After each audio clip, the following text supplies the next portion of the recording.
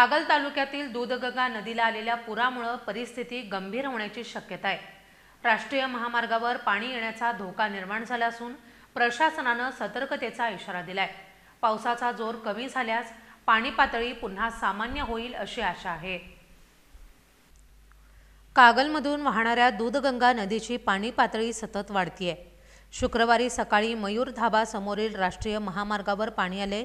गेल्या काही दिवसांपासून सुरू असलेल्या जोरदार पावसामुळे नदीचं पाणी पात्राबाहेर पडले। या पुराचा परिणाम म्हणून सुळकूड आणि करनूर ओढ्यांनाही पूर आला असून कागलमधील आरटीओ चेकपोस्टच्या कंपाऊंडमध्येही पाणी शिरले। जर पावसाचा जोर असाच कायम राहिला तर राष्ट्रीय महामार्गावरील वाहतूक विस्कळीत होऊ शकते। त्यामुळे प्रवाशांना आणि स्थानिक नागरिकांना मोठा त्रास होण्याची शक्यता व्यक्त केली जाते। प्रशासनाने परिस्थितीवर बारकाईने लक्ष ठेवलं असून नागरिकांना सतर्क राहण्याचं आवाहन केलंय। पावसाचा जोर कमी झाल्यास पाणी पातळी पुन्हा सामान्य होईल अशी आशा आहे।